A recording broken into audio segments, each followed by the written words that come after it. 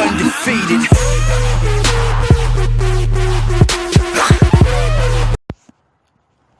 What up, YouTube? So, right now, I just want to talk about Danny Garcia. Now, before I get started, I do want to give some background on my history as far as Danny Garcia is concerned. Now, as far as Danny Garcia is concerned, I used to be a fan, like a hardcore fan. To the point where I was like a fanboy. And, I was extremely happy when he beat Khan, because I'm not gonna lie, I was a Khan hater. Since then, I've somewhat matured. I don't hate Khan. I just, I don't agree with everything he does, but, he does have my support to a certain extent, and I'm gonna get to that in a moment. But anyways, when I saw the fight that he had with Mauricio Herrera, I'm not gonna say that immediately I kind of realized how much I was a fanboy, but at the time I was glad that he won. And it really didn't take long before I realized that, I was supporting that somebody got robbed. And that's not cool. So, it's like I said, I've matured a little bit. I try to give everybody a fair shake to the best of my ability. If something is my opinion, I do try to separate that and let y'all know that it's my opinion. But before I get started with this video, I just wanted everybody to know what my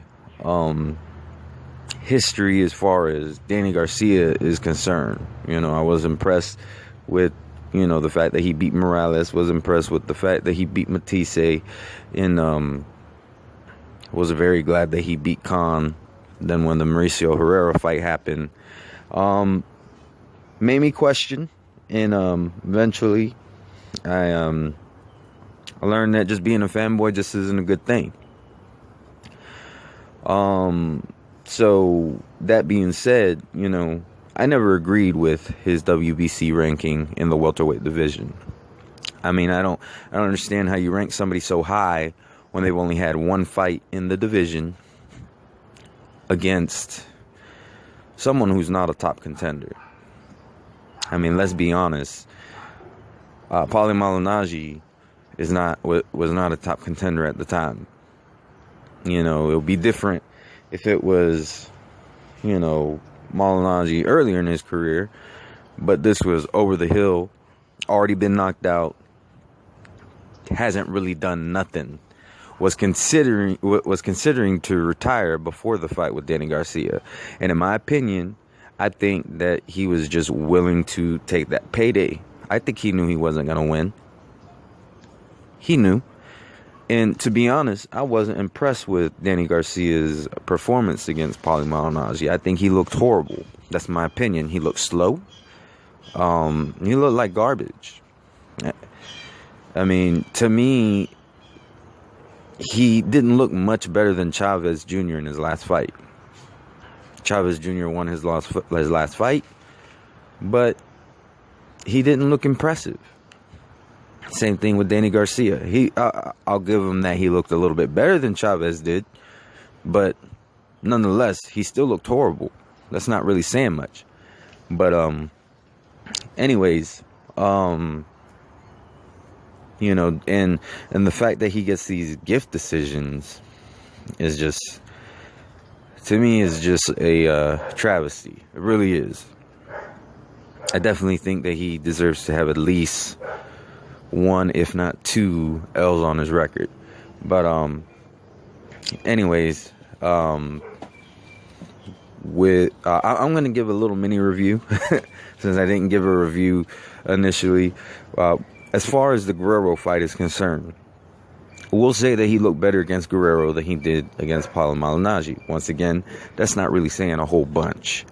I have seen A couple YouTube channels say that Robert Guerrero was robbed. I don't think Robert Guerrero was robbed. I really don't. I do think that the decision could have possibly gone to him. But realistically, as I was watching the fight, I was giving every close round to Danny Garcia. Not because I wanted Danny Garcia to win, but realistically, that's what the judges were going to do. Let's just be honest. Any round that looked even remotely close was going to go to Danny Swift Garcia. In fact, I was kind of having two scorecards, to be honest. I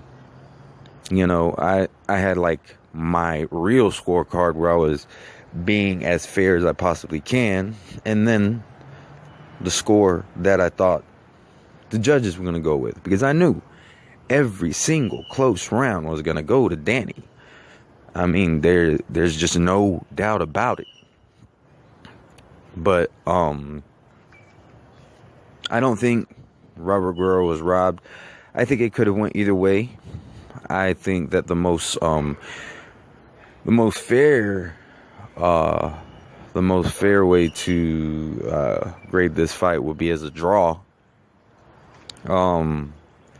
But I wouldn't necessarily say that Guerrero was robbed. I could see how people saw Danny win, and then but the fight was a lot closer than what the commentators were making it seem like. I mean, it boggles my mind that I don't even remember the dude's name, that he gave the third round to Garcia, and I was like, what? Guerrero clearly won that round. Like, I gave, out of the first 4 rounds, actually I think out of the first 5 rounds, I gave Danny round 2. And I want to say I gave Guerrero 1, 3, 4, and 5. And then I pretty much gave the rest of them to Danny Garcia on the realistically as to what the judges were going to give. And I pretty much just stopped keeping score, really. Once I saw that Danny was getting in his groove and the rounds were getting closer, there were rounds that I saw could have went either way, but I was being real with myself. Danny was going to get those rounds.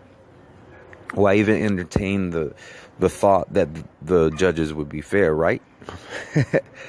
So anyways, he gets this title that he didn't even deserve to get a shot at. And if he was going to get a shot at it, it should have been against the number 1 contender. He wins this belt. Immediately, his dad says that Khan doesn't get a rematch. Khan is the mandatory for the WBC, which really, I think, in my opinion, anytime that a fighter, anytime that 2 fighters are fighting for a belt that they are not the number 1 contender for, I think in their contract there needs to be an understanding that the winner has to fight the mandatory.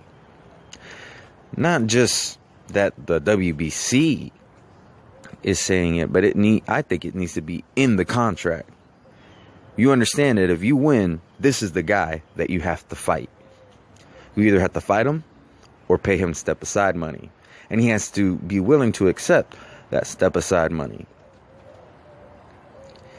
So, I don't run boxing. I've come to realize that, and I honestly don't think Danny's gonna fight him. I think he feels that, he had a moment kind of like Conor McGregor. Not saying that Conor McGregor didn't beat Jose Aldo. Not trying to say that Jose Aldo would beat him in a rematch, but they do have very similar circumstances. They beat this guy that, nobody was sure that he would be able to beat, except in Danny's case, everybody favored Khan to win.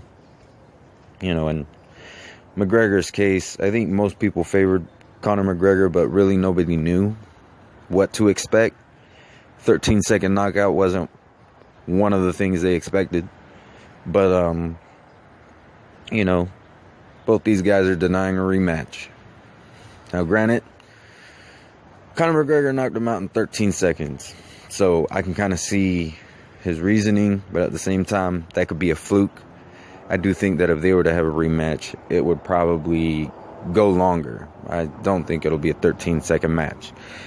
In the case of Danny Garcia, you know, he was getting his ass whooped. I went back and I watched the fight just a couple of days ago, and I have to say, Danny Garcia was getting his ass whooped. First time I watched it, I'll be honest, I wasn't watching it with a clear mind. I had that fanboyism going for me, you know.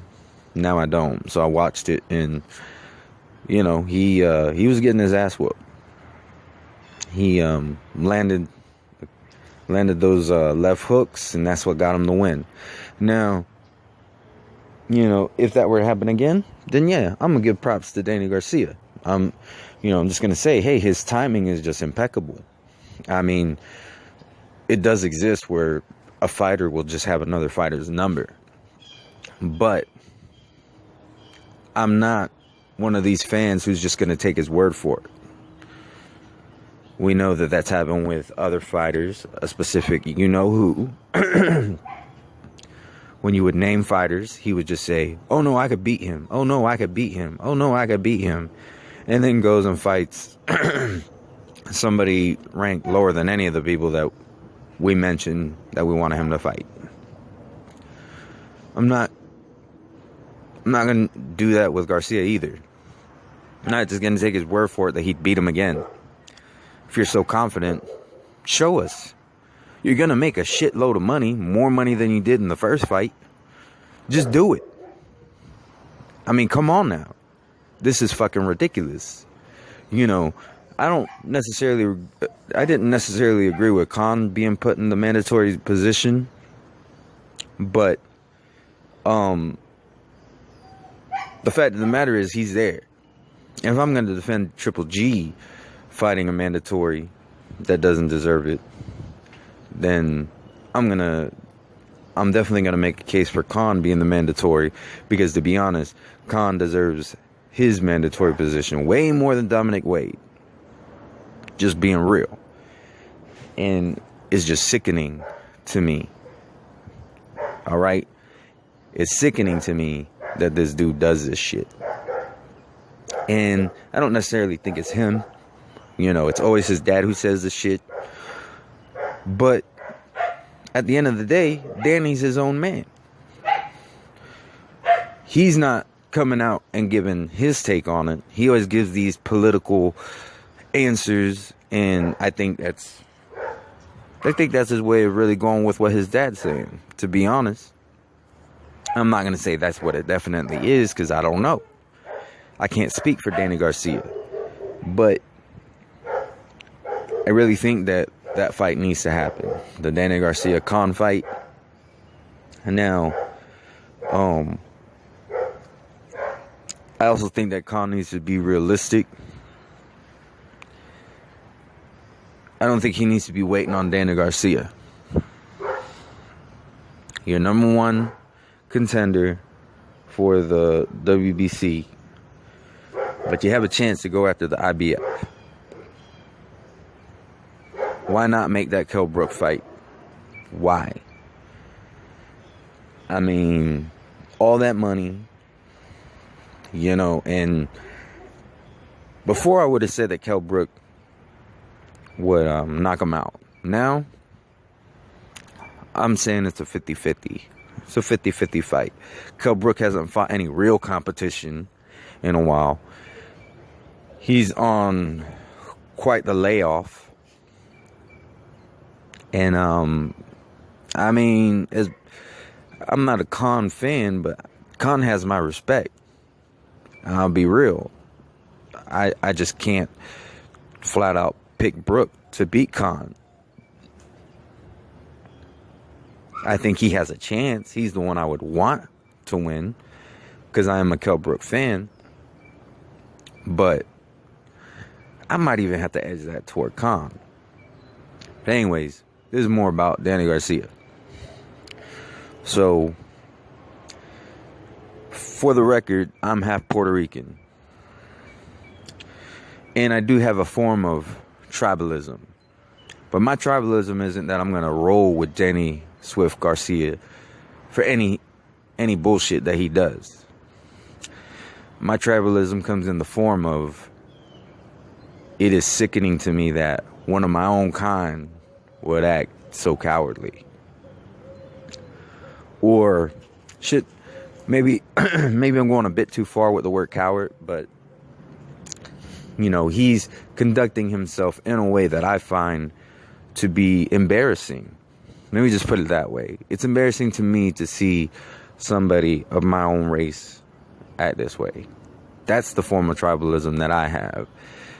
There's nothing wrong with being proud of your people, and when somebody of your own race or background or whatever is successful, one that success has a lot of questions, it's not nothing to be proud of. So, you know, I hope that I was very clear and concise about how I feel about Danny Garcia and how I can't be a hater for this reason or that reason. I'm simply disappointed in the guy. I think he's better than that. Any fighter that is willing to take on all comers, especially the ones that they're supposed to fight, I will respect them, win, lose, or draw.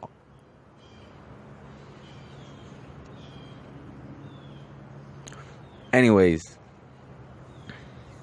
those are my thoughts on Danny Swift Garcia right now. If you want the short version, I'm disappointed.